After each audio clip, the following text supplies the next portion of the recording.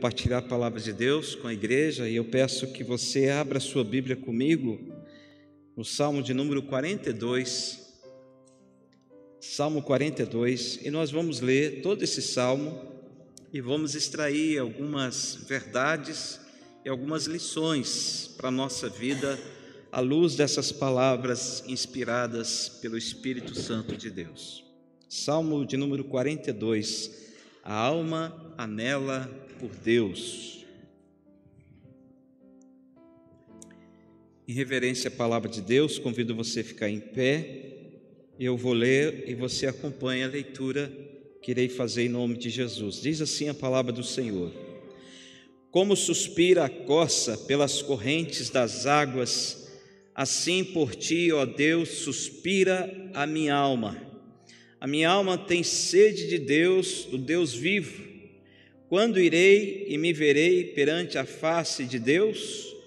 As minhas lágrimas têm sido o meu alimento dia e noite, enquanto me dizem continuamente: o teu Deus, onde está? Lembro-me destas coisas, e dentro de mim se me derrama a alma, de como passava eu com a multidão de povo e os guiava em procissão à casa de Deus, entre gritos de alegria e louvor, multidão em festa. Por que estás abatida, ó minha alma? Por que te perturbas dentro de mim? Espera em Deus, pois ainda o louvarei, a Ele, meu auxílio e Deus meu. Sinto abatida dentro de mim a minha alma.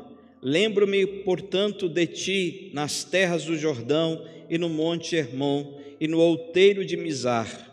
Um abismo chama outro abismo ao fragor das tuas catadupas. Todas as tuas ondas e vagas passaram sobre mim. Contudo, o Senhor, durante o dia, me concede a sua misericórdia, e à noite comigo está o seu cântico, uma oração ao Deus da minha vida. Digo a Deus, minha rocha: por que te olvidaste de mim? Por que hei de andar eu lamentando sob a opressão dos meus inimigos? Esmigalham-se-me os ossos, quando os meus adversários me insultam, dizendo: o teu Deus, onde está? Por que estás abatida, ó minha alma? Por que te perturbas dentro de mim? Espera em Deus, pois ainda o louvarei, a Ele, meu auxílio e Deus meu. Ainda em pé, agora abra em Jeremias, livro do profeta Jeremias, capítulo 23. Capítulo 23, versículo 23.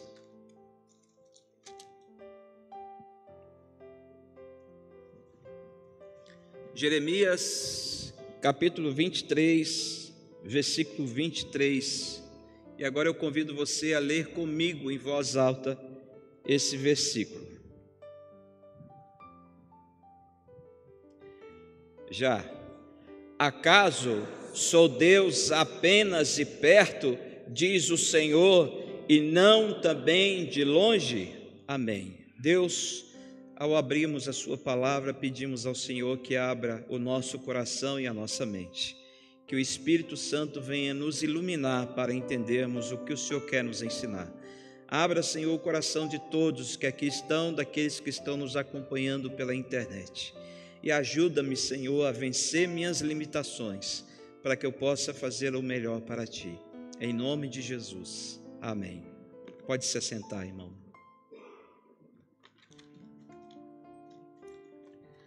Meus queridos irmãos, o título da mensagem de hoje é Deus de perto e também de longe. Deus de perto e também de longe.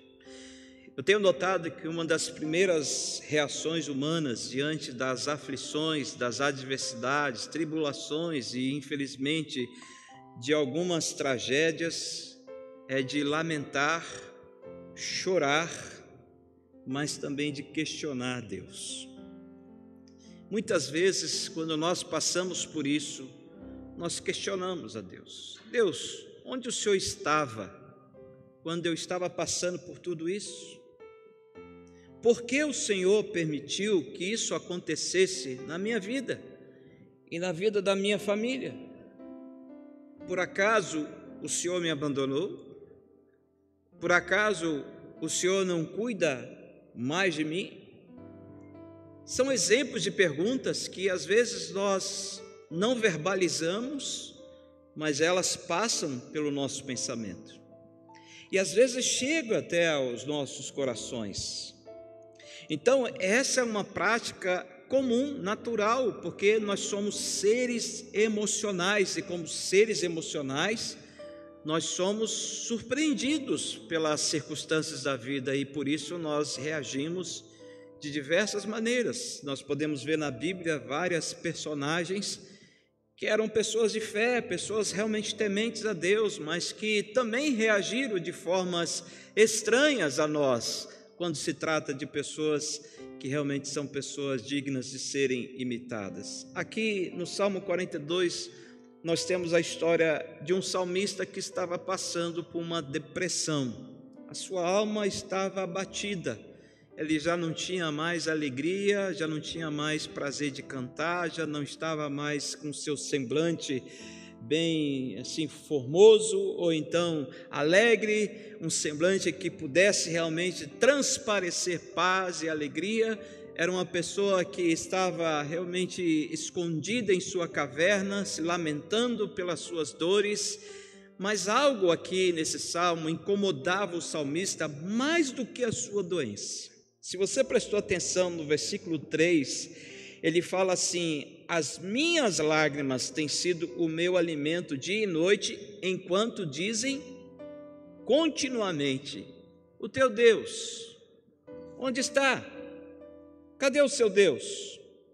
Cadê o Deus que você serve? Cadê o Deus que você adora? Cadê o Deus que você canta, que você se sacrifica por Ele? O teu Deus onde está? Não é você que diz que Deus é um Deus de amor, que é um Deus de misericórdia, um Deus de graça? Mas veja mais, ele ainda diz mais para frente no versículo 9, ele fala assim: digo a Deus, minha rocha, por que te olvidaste de mim? Por que hei de andar eu lamentando sobre a opressão dos meus inimigos? O salmista está caindo na narrativa dos seus inimigos quando acusam Deus de se ausentar da vida do salmista no momento mais difícil da sua vida. Então o salmista ele até expressa isso no seu coração e fala assim: por acaso até quando o Senhor vai deixar de olhar para mim? Até quando o Senhor vai se esquecer de mim e vai ignorar a minha dor? Mas veja o versículo 10. Versículo 10, então o salmista expressa de novo, ele volta de novo o seu pensamento a Deus, ele volta de novo colocando Deus no centro, e ele fala assim: esmigalham-se-me os ossos, quando os meus adversários me insultam, dizendo o quê? O teu Deus onde está?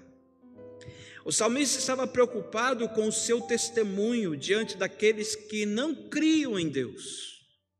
Ele estava preocupado porque as reações dele em relação ao seu sofrimento estava passando uma mensagem para as pessoas ao seu redor que dizia o seguinte: está vendo? Deus abandonou você, Deus não existe, Deus está morto, e assim por diante, como são tantas outras expressões que nós ouvimos e lemos nos dias de hoje. Por isso, meus irmãos, que todas as vezes que nós que confessamos a Deus como o nosso Deus, o nosso Pai, o nosso Senhor, o Deus que nós amamos, o Deus que nós cremos que está presente aqui entre nós, mas todas as vezes que nós reagimos de maneira errada, equivocada, que a Bíblia não nos orienta a reagir dessa forma, nós passamos essa informação para quem nos vê, para quem nos conhece. Olha o crente aí. O crente que todo domingo pega a sua Bíblia, vai para a igreja, mas está aqui reclamando, está aqui se queixando de Deus. O crente que vai para a igreja todo domingo, que prega sobre Jesus, está aí desesperado, está aí aflito com as circunstâncias. E estas pessoas, então, se elas não verbalizam o que eles verbalizaram para o salmista naquela época, essas pessoas falam de outra forma. Então, quando você estiver passando por uma situação em que você, no impulso, reagir de tal forma que alguém possa questionar: o teu Deus, onde estás? Então eu quero te convidar a, junto comigo, a meditar aqui em 3 verdades que são impactantes, que são poderosas, que nós podemos dizer para todas as pessoas que pedirem razão da nossa esperança que há em Deus. Agora sim, Jeremias 23, versículo 23. Acaso sou Deus apenas de perto, diz o Senhor, e não também de longe? Então, a Bíblia nos ensina a respeito de como nós devemos responder a estas pessoas. E quando nos perguntarem: o teu Deus onde está? Então você responda da seguinte forma, de acordo com esse versículo 23 de Jeremias 23. O meu Deus está nas alturas. O meu Deus está assentado no mais alto e sublime trono. O meu Deus está no centro do governo de todas as coisas. O meu Deus está na sala de controle do universo. O meu Deus está sondando o coração dos homens. O meu Deus está medindo a palmas todo o universo. O meu Deus está chamando pelo nome as estrelas. O meu Deus dá ordem ao vento, ao mar, ao sol, à lua, e todas as coisas lhe obedecem. O meu Deus é o Deus Todo-Poderoso. Você precisa ter essa convicção de que o seu Deus está assentado nas alturas.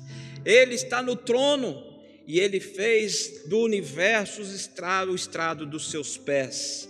No Salmo 11, versículo 4 diz: o Senhor está no seu santo templo, nos céus tem o Senhor seu trono, os seus olhos estão atentos, as suas pálpebras sondam os filhos dos homens. Ou seja, o nosso Deus é altíssimo, o nosso Deus é exaltado sobre tudo e sobre todos.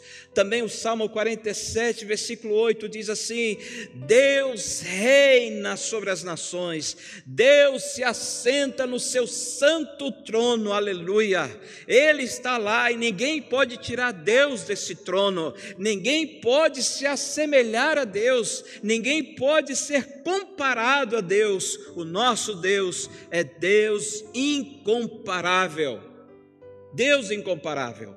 Em Apocalipse 7, versículo 10 diz: ao nosso Deus que se assenta no trono e ao Cordeiro pertence a salvação. Ainda, Isaías capítulo 6, versículo 1, quando Isaías entrou no templo e ele contemplou a glória de Deus, a Bíblia fala que ele disse o seguinte: eu vi o Senhor assentado sobre um alto e sublime trono, e as abas de suas vestes enchiam o templo, aleluia.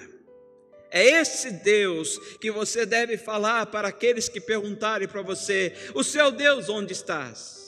Cadê o seu Deus no momento de dor, no momento de sofrimento, no momento de angústia, de incerteza, no momento de medo? Você diz: o meu Deus está no trono, o meu Deus está nas alturas, Ele é Deus exaltado. Ainda citando Isaías, agora versículo 18 do capítulo 45, o Senhor diz assim: eu sou o eterno e não há outro, eu é que fiz a terra e ela não me fez a mim, eu sou o formador e não o seu formado. Ou seja, é Ele que criou e é Ele que sustenta, é Ele que guarda, é Ele que conduz todas as coisas. Há quem diga que Deus é como um relojoeiro que pegou o mundo, deu corda e soltou, e o mundo está entregue à sua própria sorte, mas isso não é verdade. O nosso Deus está no controle da sua criação. O nosso Deus está presente em cada coisa criada. Nós vemos ali a glória da grandeza e da majestade de Deus. O nosso Deus, irmãos, é Deus tremendo. Ele está acima dos querubins. A sua glória é infinita, a sua majestade é poderosa, o seu poder não tem limite. O nosso Deus é Deus Todo-Poderoso. Você crê nisso? Também em 2 Reis, capítulo 19, versículo 15, a Bíblia diz assim: ó Senhor Deus de Israel, que estás entronizado acima dos querubins, tu somente és o Deus de todos os reinos da terra, tu fizeste os céus e a terra, aleluia. E ainda Salmo 47, versículo 2, pois o Senhor Altíssimo é tremendo, é o grande rei de toda a terra. Salmo 89, versículo 8, ó Senhor Deus dos exércitos, quem é poderoso como tu és, Senhor, com a tua fidelidade ao redor de ti? Quem é poderoso como o nosso Deus? E Êxodo capítulo 15, versículo 11, ó Senhor, quem é como tu entre os deuses? Quem é como tu, glorificado em santidade, terrível em feitos gloriosos, que operas maravilhas? E por fim, Isaías 26, versículo 4, confiai no Senhor perpetuamente, porque o Senhor Deus é rocha eterna. Então, à luz dessas verdades gloriosas que nós vimos aqui nas Escrituras, acerca de que o nosso Deus está assentado nas alturas no seu trono, e de lá Ele rege toda a história, Ele rege toda a sua criação, Ele rege tudo aquilo que acontece sobre a terra e até embaixo da terra e acima da terra. Não há nada que escapa ao controle e ao conhecimento de Deus. O nosso Deus é altíssimo, é tremendo rei sobre a terra.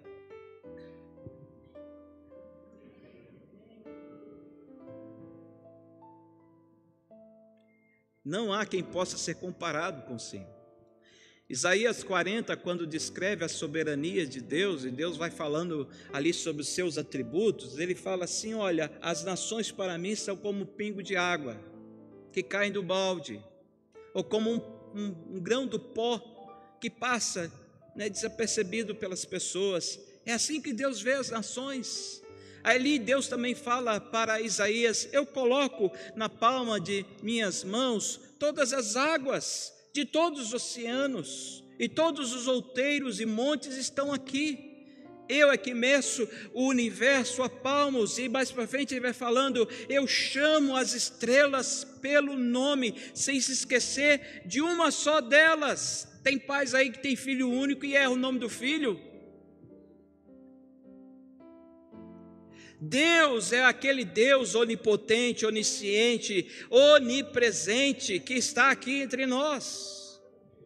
O nosso Deus, irmãos, não é pego de surpresa. Não há nada e ninguém que surpreenda Deus, porque Ele conhece tudo.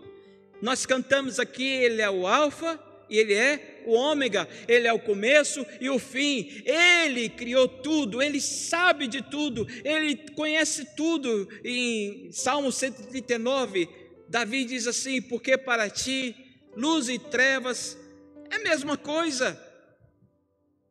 Então, meu querido, você não serve um Deus fabricado por mãos humanas. Você não serve um Deus que precisa de tenda para habitar nela. Você não serve um Deus que tem olhos e não vê, tem ouvidos e não escuta, tem mãos, mas não apalpa, tem pés e não anda, tem cabeça, mas não tem cérebro. Você serve um Deus vivo, o Deus Todo-Poderoso. Então, quando te perguntarem: o teu Deus onde estás? O que você vai responder para essa pessoa? O meu Deus está nas alturas, e não há quem possa ser comparado a Ele. Esse é o Deus que eu sigo. Mas ainda aqui, em Jeremias 23, 23, nós encontramos uma segunda verdade que também é consoladora para nós. O teu Deus onde estás? Aí você vai responder: o meu Deus está perto. O meu Deus está nas alturas, porque não há quem possa ser igualado a Ele. Ele é incomparável, mas o meu Deus está perto. Veja o versículo: acaso sou Deus apenas de perto? Deus não está colocando em dúvida a sua presença. Deus está dizendo o seguinte: eu estou aqui com você, mas eu também estou em todo lugar. Aqui nós vemos o que a doutrina, a teologia nos fala de imanência de Deus. A primeira verdade que nós vimos fala da transcendência de Deus, ou seja, Deus está nas alturas, Deus é altíssimo, não há quem possa alcançar a Deus, mas ao mesmo tempo nós vemos esse Deus misterioso se manifestando de forma misteriosa, que ele diz: eu também sou Deus presente, eu sou Deus de perto, eu estou no meio da minha criação, eu estou na minha criação. Deus não está distante de nós. Por exemplo, Deus está aqui agora. E não tem, repito, esse negócio de sentir a presença de Deus. Você tem que crer que Deus está presente aqui. E essa fé, essa crença, essa confiança é que envolve o nosso coração e nos encoraja. Então, meus queridos, Deus está aqui, Deus está em toda parte, porque não há limites para Deus, não há barreiras que possam limitar a presença de Deus, seja no lugar mais profundo do oceano ou no mais alto monte, Deus está presente. O salmista, no Salmo 139, fala isso: para onde me ausentarei do teu espírito? Ora, se eu subo aos céus, tu estás, se eu faço a minha cama lá no abismo, lá o Senhor há de me encontrar. E se eu tomo as asas da alvorada e fujo para os confins, o Senhor há de me acompanhar, a sua mão há de me acompanhar. E aí o salmista repete: para onde fugirei da sua presença? Não há como limitar Deus, não há como colocar Deus dentro de um espaço geográfico e dizer para Deus: é aqui você pode agir, aqui não, aqui o Senhor pode fazer isso, mas aqui não. Não há quem possa limitar o poder de Deus. Em Filipenses capítulo 4, versículo 5, Paulo consolando aqueles irmãos, e Filipenses é tido como uma carta de alegria, e nota como Paulo consola os irmãos. No capítulo 4, 5, Paulo diz assim: perto está o Senhor. Repete comigo: perto está o Senhor. Pronto, se memorizou um versículo. Filipenses 4, versículo 5. Perto está o Senhor. Então repete isso no seu coração, até que isso seja uma verdade para você. Deus está perto de mim. Deus está perto de mim quando eu estou sofrendo. Deus está perto de mim quando eu estou passando por lutas. Deus está perto de mim quando eu estou na tribulação, na prova. Deus está perto de mim quando eu estou no processo de cura de uma enfermidade. Deus está perto de mim quando a crise me alcança, porque Deus não nos abandona. Enquanto os amigos fogem, Deus se faz presente. Enquanto os homens nos abandonam, Deus nos acolhe. Então você tem que ter isso no seu coração e não deixar que as mentiras venham roubar essa verdade da sua vida. Como diz o Salmo 145, versículo 18: perto está o Senhor de todos os que o invocam, de todos os que invocam de verdade. Perto está o Senhor se você invocar o Senhor, se você gritar por socorro, se você invocar o seu nome. Mas a Bíblia fala que você deve invocar em verdade. Como disse o próprio profeta Jeremias: buscar-me-eis e me achareis, quando me buscardes de todo o vosso coração. Quando for verdadeira a busca de vocês, vocês hão de me encontrar, diz o Senhor, porque perto Ele está. Salmo 34, versículo 18, diz assim: perto está o Senhor dos que têm o coração quebrantado e salva os de espírito oprimido. Então, se Deus está perto daqueles que o buscam e o invocam de verdade, e se Deus está perto daqueles que têm um coração quebrantado e espírito realmente contrito, então nós podemos chegar à conclusão que muitas vezes Deus não age na nossa vida, Deus não opera na nossa vida, não é porque Ele não pode operar, não é porque Ele não quer operar, é porque nós não estamos buscando a Deus em verdade, é porque nós nós não estamos com o coração quebrantado, um espírito contrito na presença do Senhor.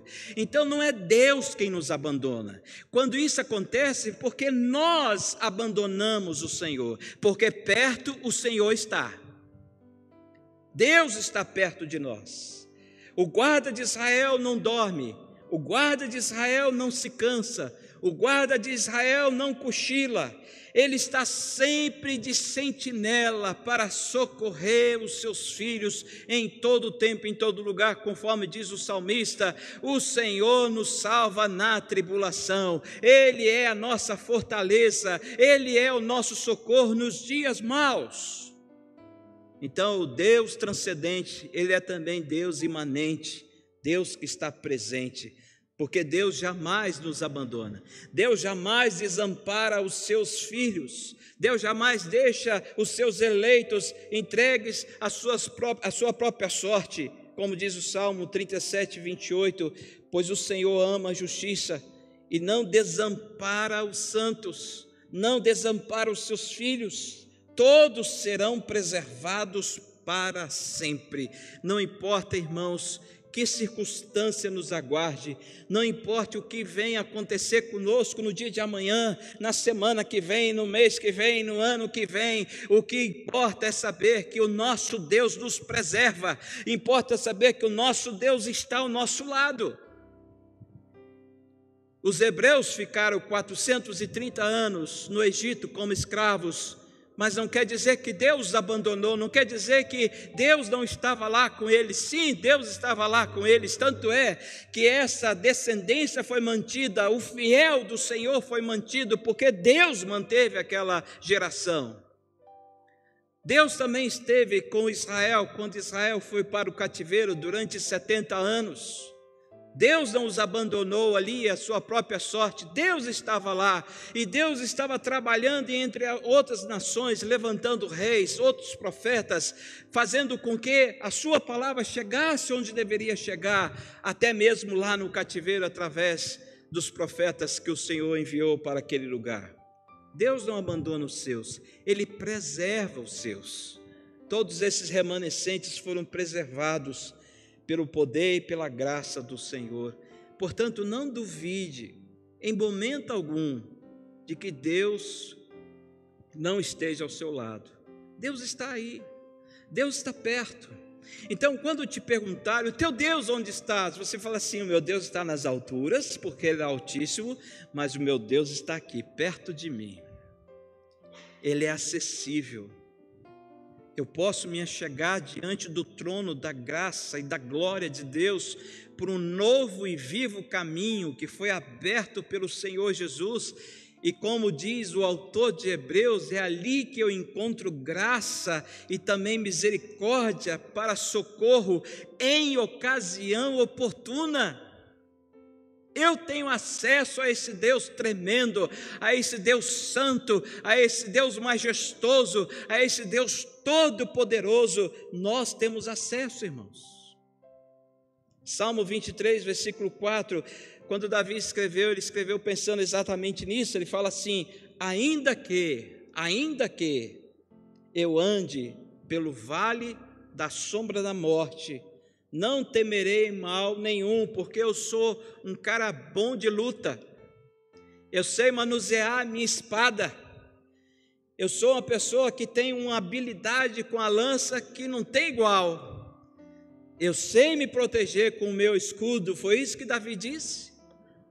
O que Davi disse? Davi diz assim: porque tu estás comigo, porque onde eu for, o Senhor está comigo.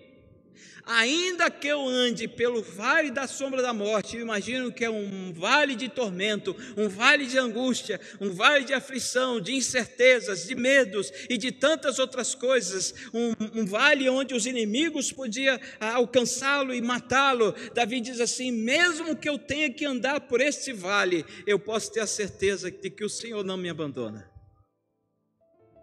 de que eu tenho paz no meu coração, porque eu sei que o Senhor está comigo. O teu bordão e o teu cajado me consolam todos os dias.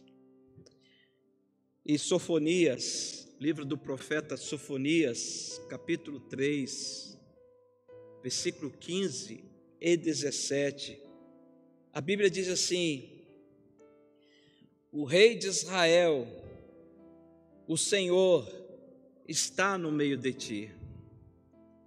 Tu já não verás mal algum.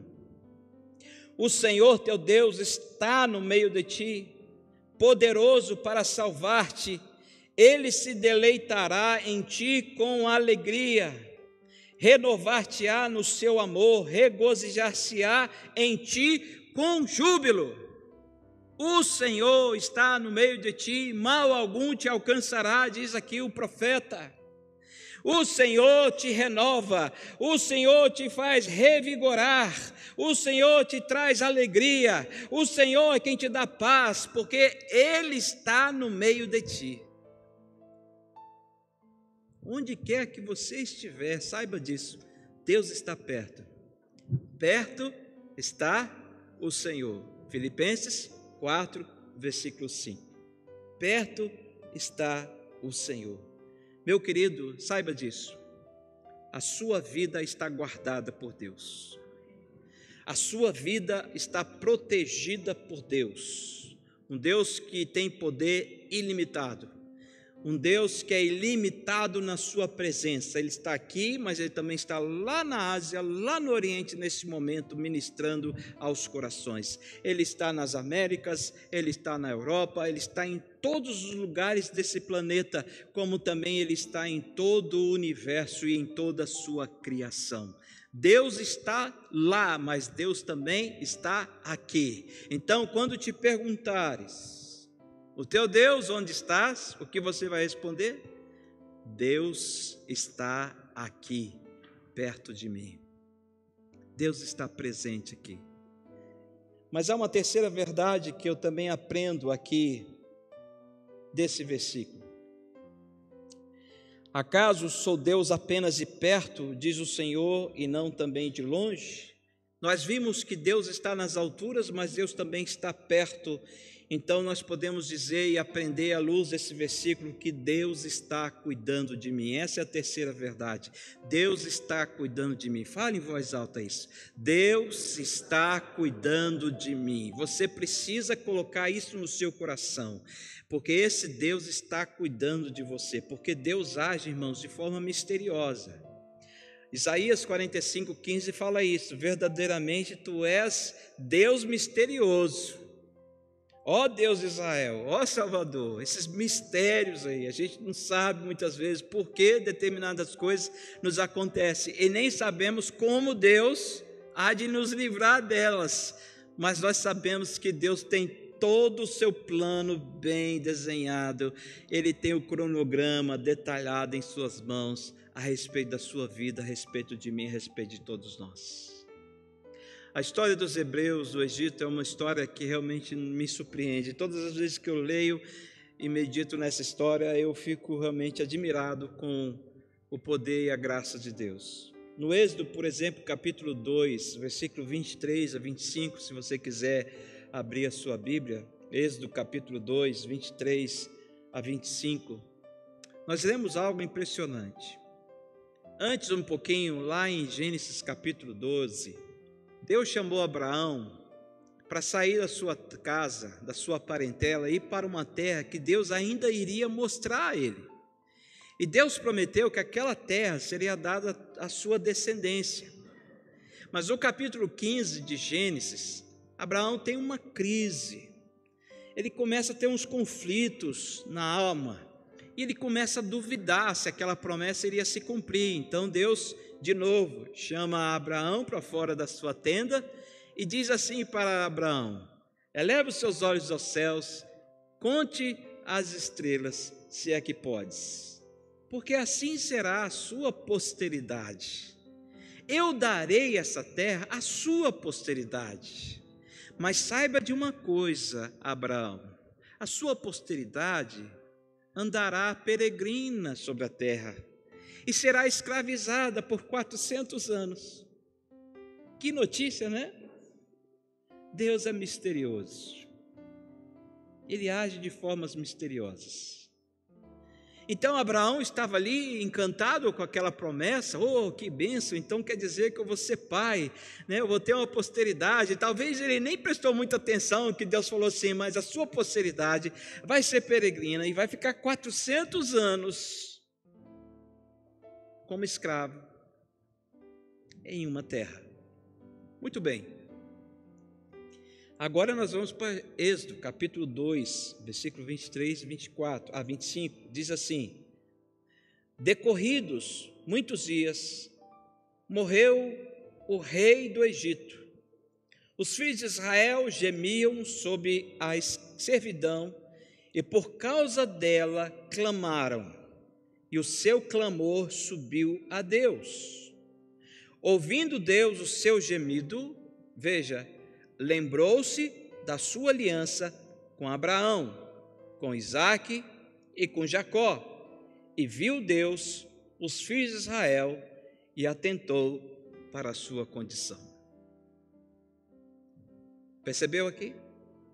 Aqui nós vemos algumas coisas interessantes desse texto. A primeira coisa que me chama a atenção aqui é que aparece aqui a palavra lembrou-se da sua aliança. E lembrar aqui, irmãos, é um termo usado do ponto de vista humano para poder passar uma verdade. Não é que Deus teve um lapso de memória, teve uma amnésia por 400 anos e deixou o povo lá no Egito escravizado. Aí depois de 400 anos, Deus então despertou daquele lapso de memória e se lembrou do seu povo. Não, não é isso. Aqui é uma forma humana de passar uma informação acerca daquilo que Deus realizou e que Deus demonstrou fazer. Mas essa palavra no hebraico, ela tem mais a ideia de agir. É quando Deus então toma a iniciativa de agir, depois de ter cumprido aquele período que ele havia dito para Abraão lá no passado. Então, o que nós vemos aqui é um Deus que sabe de cada situação, de cada detalhe da nossa vida, porque o texto fala assim: e se lembrou Deus da sua aliança com Abraão, com Isaque e Jacó, e viu Deus os filhos de Israel e atentou para a sua condição. Deus sabe qual é a sua condição hoje. Deus sabe em que condição você se encontra hoje. Deus sabe se a sua fé está assim ou se sua fé está assim. Deus sabe se você tem mais motivos para se alegrar ou para se entristecer. Deus sabe se você tem cantado ou se você tem lamentado. Deus sabe da sua condição e por isso Deus ouve a sua oração e Deus age em seu favor com o seu poder, porque foi isso que aconteceu. Veja, ainda em Êxodo capítulo 3, versículos 7 a 9 agora. Disse ainda o Senhor: certamente vi a aflição do meu povo que está no Egito e ouvi o seu clamor por causa dos seus exatores. Conheço-lhe o sofrimento, por isso desci a fim de livrá-lo da mão dos egípcios e para fazê-lo subir daquela terra a uma terra boa e ampla, terra que mana leite e mel. Percebeu aqui? Deus vê a aflição do seu povo, aquela coisa que está roubando o nosso ar, o nosso oxigênio, aquela coisa que está nos sufocando, que está roubando a nossa paz. Deus vê tudo isso acontecendo em nossa vida e Ele não fica inerte, Ele não fica indiferente. Deus age, porque Deus se lembra de você. Deus vê a sua condição. Provérbios 15, versículo 3 diz assim: os olhos do Senhor estão em todo lugar, contemplando os maus e os bons. Deus conhece então a condição de todas as pessoas boas e as pessoas más, as pessoas desonestas e as pessoas honestas, as pessoas que têm habilidades em esconder o seu crime e as pessoas que não praticam crime. Deus sabe a condição e o coração de todas essas pessoas, por isso todas as pessoas comparecerão perante o tribunal de Deus, e Deus julgará cada uma delas por suas obras e por suas palavras. Provérbios capítulo 5, 21 diz: porque os caminhos do homem estão perante os olhos do Senhor, e Ele considera todas as suas veredas. Meu querido irmão, Deus vê o seu exterior, mas Ele também vê o seu interior. O homem só pode ver o exterior. Nós só podemos ver se o seu rosto está alegre ou não, porque nós só temos a limitação de ver o que os nossos olhos alcançam.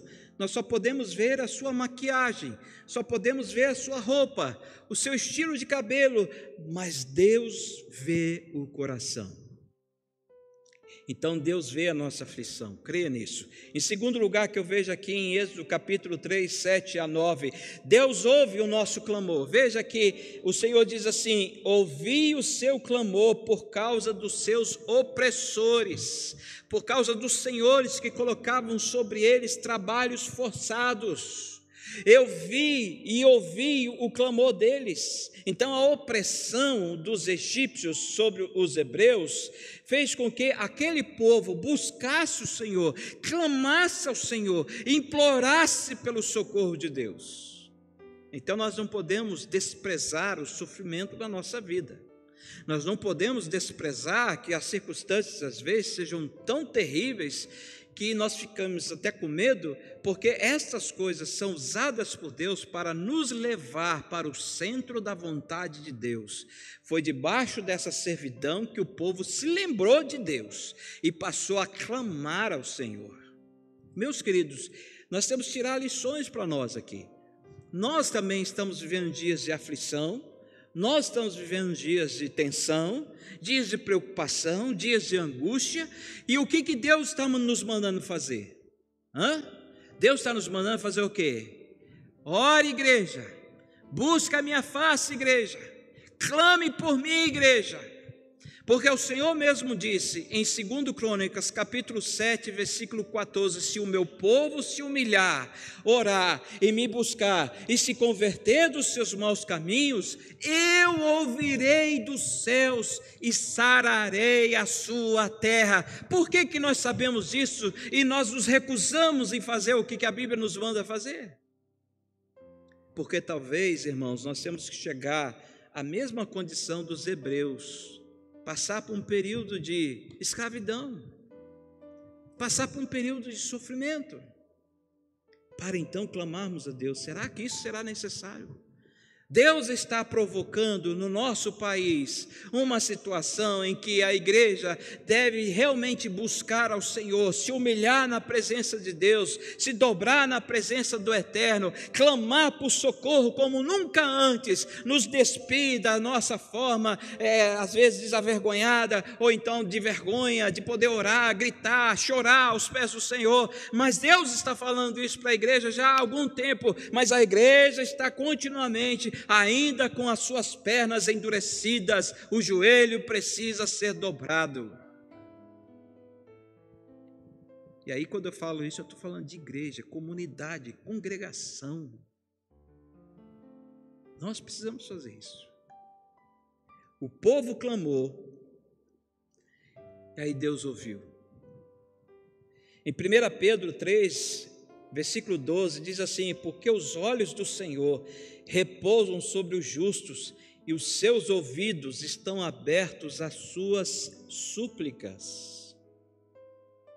Em Jó, capítulo 35, versículo 9, diz: por causa das muitas opressões, os homens clamam por socorro contra o braço dos poderosos. Está vendo aqui? Por causa das muitas opressões, os homens clamam por socorro contra o braço dos poderosos. Oxalá que Deus quebrante o nosso coração para buscá-lo, não porque a opressão está sobre nós, mas para que o Senhor nos livre da opressão.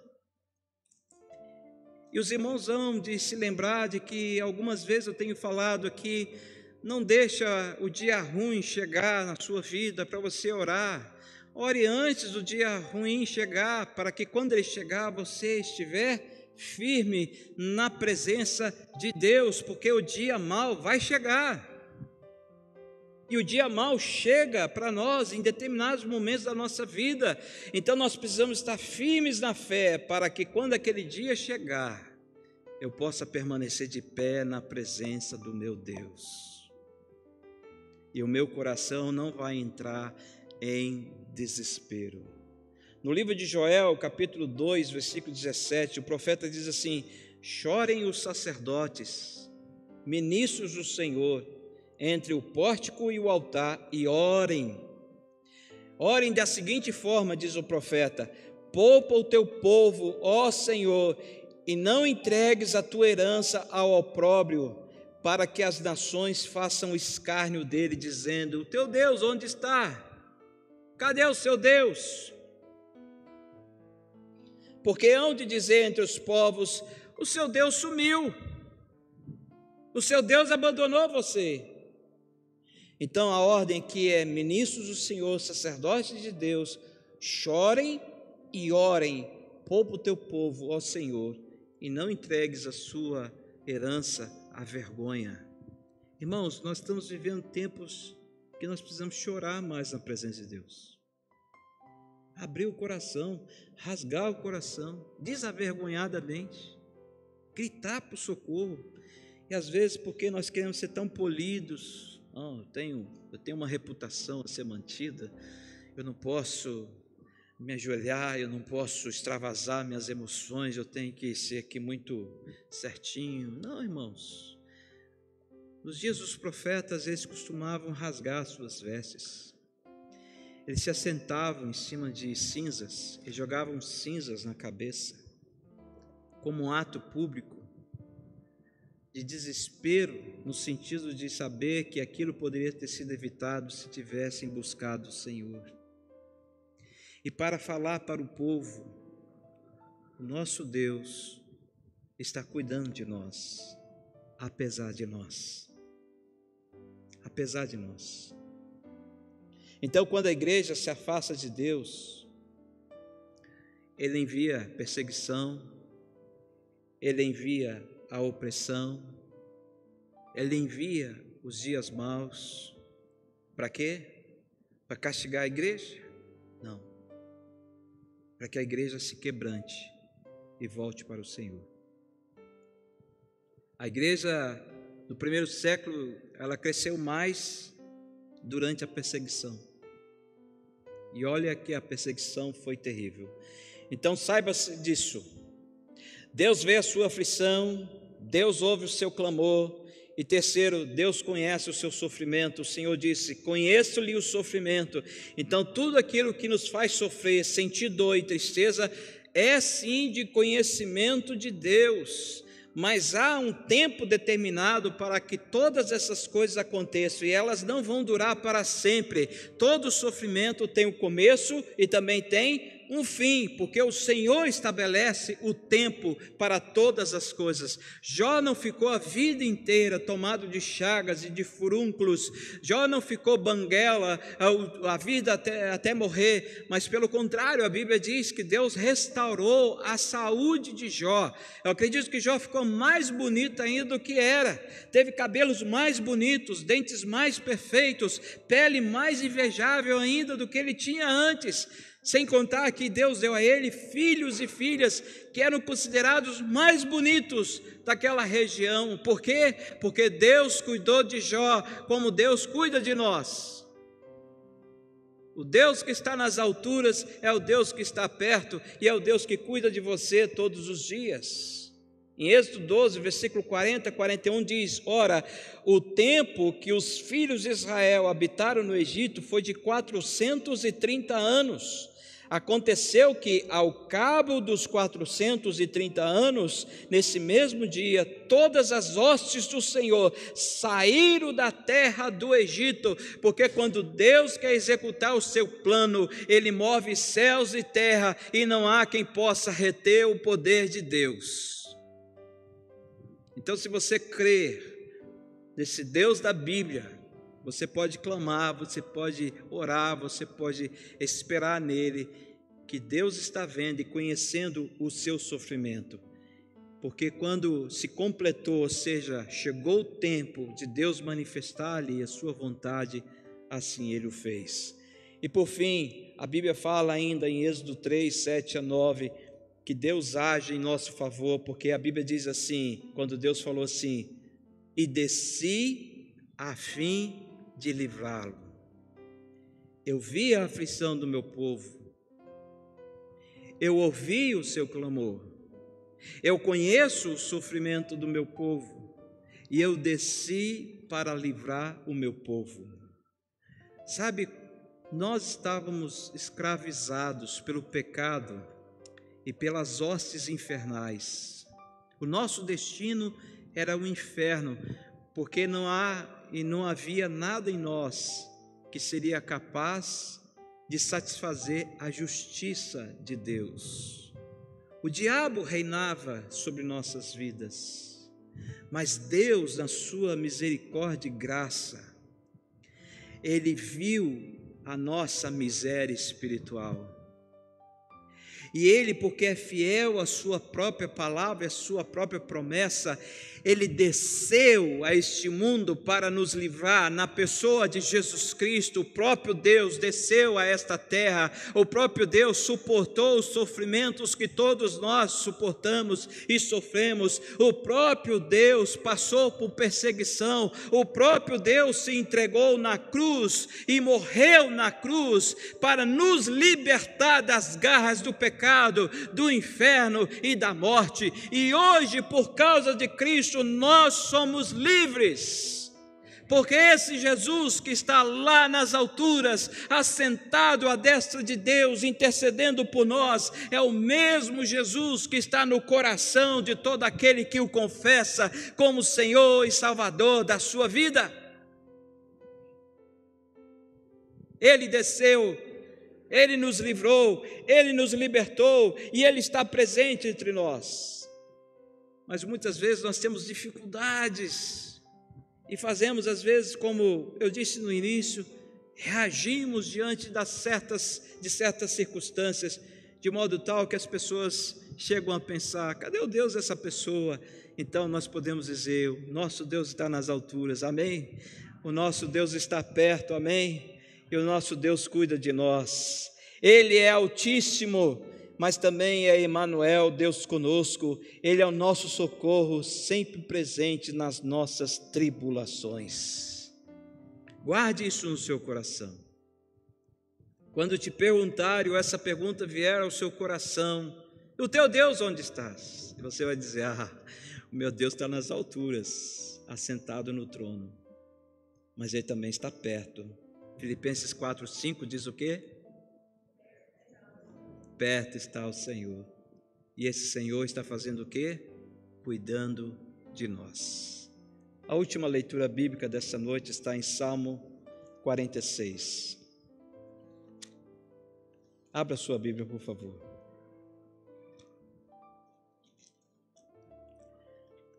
Salmo de número 46. Deus é o nosso refúgio e fortaleza. E se você puder, fique em pé.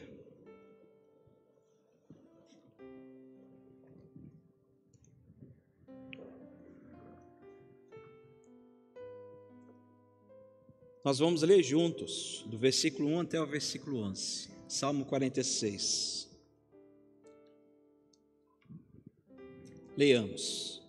Deus é o nosso refúgio e fortaleza, socorro bem presente nas tribulações. Portanto, não temeremos, ainda que a terra se transtorne e os montes se abalem no seio dos mares. Ainda que as águas tumultuem e espumejem, e na sua fúria os montes se estremeçam. Há um rio, cujas correntes alegram a cidade de Deus, o santuário das moradas do Altíssimo. O quê? Deus está no meio dela, jamais será abalada. Deus a ajudará desde antemanhã. Bramam nações, reinos se abalam, Ele faz ouvir a sua voz e a terra se dissolve. O Senhor dos exércitos está conosco. O Deus de Jacó é o nosso refúgio. Vinde, contemplai as obras do Senhor, que assolações efetuou na terra. Ele põe termo à guerra até aos confins do mundo, quebra o arco e despedaça a lança, queima os carros no fogo. Bem forte. Aquietai-vos e sabei que eu sou Deus. Sou exaltado entre as nações, sou exaltado na terra. O Senhor dos exércitos está conosco. O Deus de Jacó é o nosso refúgio. Aquietai-vos. Deus está nas alturas, Deus está perto e Deus está cuidando de nós. O teu Deus, onde estás? Ele está aqui agora. Deus está entre nós e Ele opera maravilhas. No início do culto eu disse, quando Deus está presente, Ele sempre faz algo novo, Ele sempre opera maravilhas. Então eu quero terminar aqui esta noite orando por você. Se você quer entregar a sua vida, o seu caminho ao Senhor, vem aqui à frente, eu quero orar pela sua vida. Se você tem passado por lutas, por dificuldades, por tribulações, está sendo difícil para você, vem aqui, nós vamos orar por você. Se você tem andado meio desconfiado de Deus, no sentido de Deus me abandonou, Deus minha fé está fraca, a ponto até de achar que o Senhor se esqueceu de mim, vem aqui, nós vamos orar por você. A Bíblia fala que a oração é um tônico que revigora a nossa fé. Não tenha constrangimento, não sinta vergonha.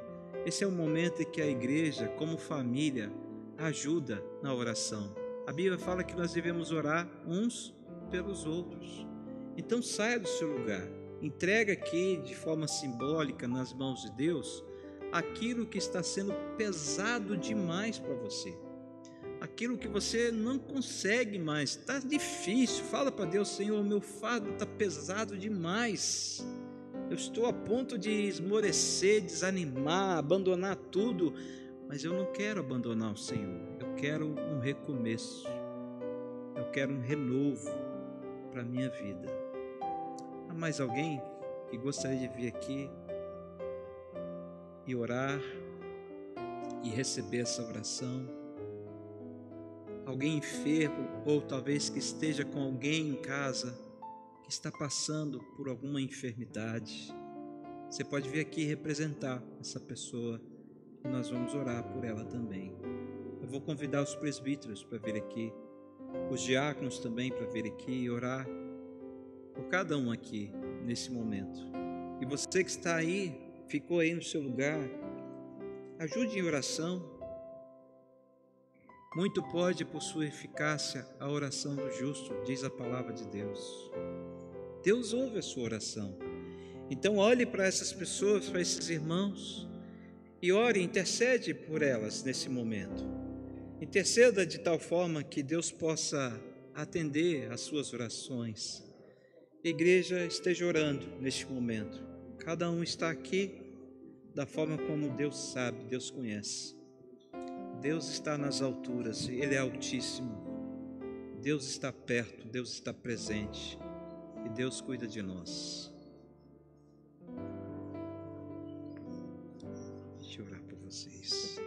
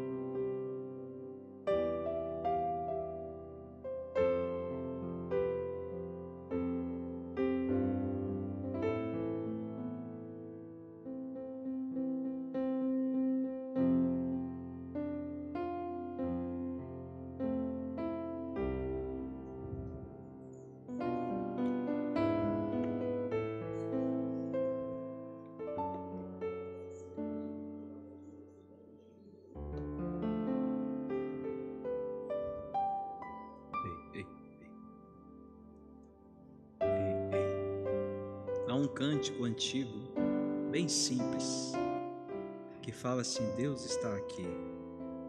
Vamos cantar?